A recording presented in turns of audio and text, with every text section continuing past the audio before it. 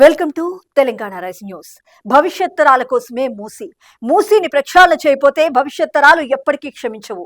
చరిత్రను ఇప్పుడు కాకపోతే ఇంకెప్పటికీ తిరగరాయలేమంటూ సీఎం రేవంత్ రెడ్డి గారు స్పష్టం చేశారు. తెలంగాణను గొప్ప సంపన్న రాష్ట్రంగా నిలబెట్టేందుకే ఈ ప్రాజెక్ట్ అంటూ కూడా సీఎం గారు తెలియజేశారు. భవిష్యత్ తరాల కోసం చేపట్టిన మూసీ పునరుజ్జీవ ప్రాజెక్టు విషయంలో మరి ఏ పేదవాడికి ఏ మాత్రం అన్యాయం జరగనివ్వబోమని, ఏ పేద వ్యక్తిని నిరాశ్రయని చేయబోనివ్వమని, ఎవరి ఆస్తులను కూడా గుంజుకోబోమంటూ ఈ సందర్భంగా సీఎం రేవంత్ రెడ్డి గారు స్పష్టం చేశారు.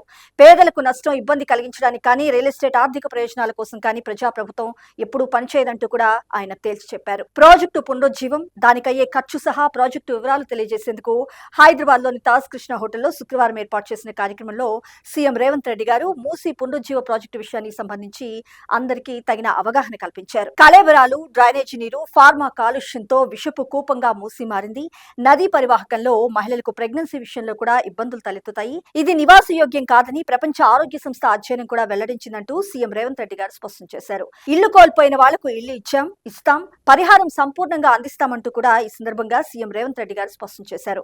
గాంధీజీ విగ్రహం ఖర్చు 70 నుంచి 75 కోట్ల లోపే అంటూ కూడా వ్యాఖ్యానించారు. కడుపులో కుళ్ళు, మాటల్లో విషం, చూపుల్లో పగతో దీన్ని అడ్డుకుంటున్నారు. ఈ మూసీ ప్రాజెక్ట్ ని కాంగ్రెస్ హయాంలో పూర్తి చేస్తే విపక్షాలు మళ్లీ అధికారంలోకి రాలేవనే దుగ్ధతో విష ప్రచారం చేస్తున్నాయంటూ నిప్పులు చెరిగారు సీఎం రేవంత్ రెడ్డి గారు.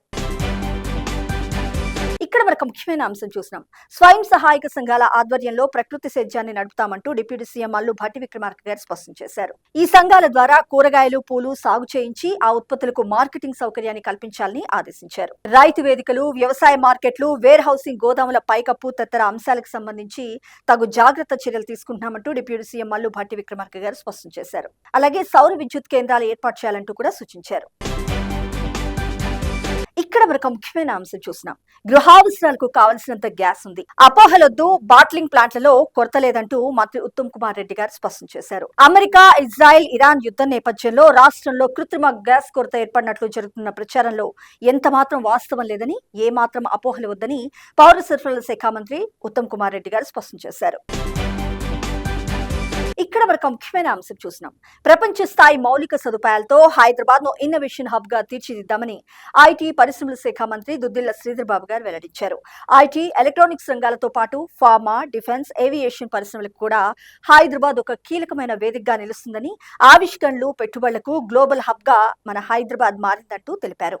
బ్రిక్స్ దేశాల్లో పారిశ్రామిక అభివృద్ధి, పెట్టుబడులకు తగిన అనువైన వాతావరణం, ఆధునిక సాంకేతికతల ప్రభావంపై అధ్యయనం చేయడానికి రాష్ట్రానికి వచ్చిన జర్మనీ డెలిగేట్స్ ఈ సందర్భంగా మంత్రి దుద్దిళ్ల శ్రీధర్ బాబు గారిని కలిశారు. హైదరాబాద్ లో తాము పెట్టుబడులు పెట్టడానికి సిద్ధమంటూ స్పష్టం చేశారు. Here we are watching one more important news item. Welfare meets development. Honorable Revenue Minister Srinivas Reddy Garu said that the Congress government remained committed to implementing all its pre-poll promises.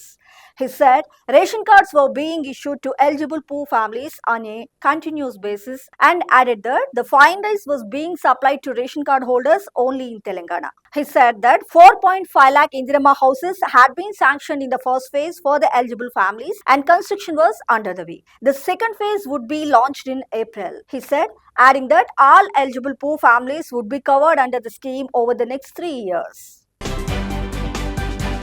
ఇక్కడ మనకు ముఖ్యమైన అంశం చూసినాం. మంచిర్యాల జిల్లా Mandamarri ఏరియాలోని Ramakrishnapur open cast విస్తరణలో భాగంగా phase 2 కొత్త బొగ్గుగని మంజూరైందని రాష్ట్ర కార్మిక గనుల శాఖ మంత్రి వివేక్ వెంకటస్వామి గారు వెల్లడించారు. కొత్త మైన్స్ తో మరి స్థానికులకు విపరీతంగా ఉద్యోగ అవకాశాలుంటాయంటూ కూడా స్పష్టం చేశారు. దీనివల్ల 18 ఏళ్ల పాటు మంచి క్వాలిటీ బొగ్గు ఉత్పత్తి అవుతుంది. బీఆర్ఎస్ హయాంలో నాడు కొత్త బొగ్గు గనులు రాకుండా అడ్డుకున్నారంటూ కూడా స్పష్టం చేశారు. కొత్త మైన్ల ఏర్పాటుపై సింగరేణి ఆఫీసర్లతో సమీక్ష నిర్వహించారు మంత్రి వివేక్ వెంకటస్వామి గారు. ఇక్కడ మనకు ముఖ్యమైన అంశం చూసినాం. మూసీ పునరుజ్జీవం రాష్ట్రానికి గ్రోత్ ఇంజన్. మురికి కూపంలా మారిన మూసీ నదిని మన హైదరాబాద్ సిటీకే తలమానికంగా మార్చే దిశగా రాష్ట్ర ప్రజాప్రభుత్వం అనేక ప్రణాళికలు సిద్ధం చేస్తుంది. మొత్తం 55 కిలోమీటర్ల మేర మూసీ రివర్ ఫ్రంట్ డెవలప్మెంట్ కు మాస్టర్ ప్లాన్ రూపొందించగా ఇందులో మొదటి దశ కింద 21 కిలోమీటర్ల పరిధిలో 6,500 నుంచి 7,000 కోట్లతో అభివృద్ధి పనులు చేపట్టనున్నారు. వరద ముప్పు నివారించడం, మురుగునీరు నదిలో కలవకుండా చూడటం, గోదావరి జలాలతో మూసీని నింపటం, నగరంలో ట్రాఫిక్ కష్టాలు తీర్చేలా ఈస్ట్ వెస్ట్ కారిడార్స్ నిర్మాణం, అలాగే బాపుఘాట్ వద్ద భారీ గాంధీ సరోవర్ ఏర్పాటు వంటి అత్యంత కీలక అంశాలతో ఈ ప్రాజెక్టును అంతర్జాతీయంగా అత్యంత ప్రతిష్టాత్మకంగా తీర్చిదిద్దనుంది.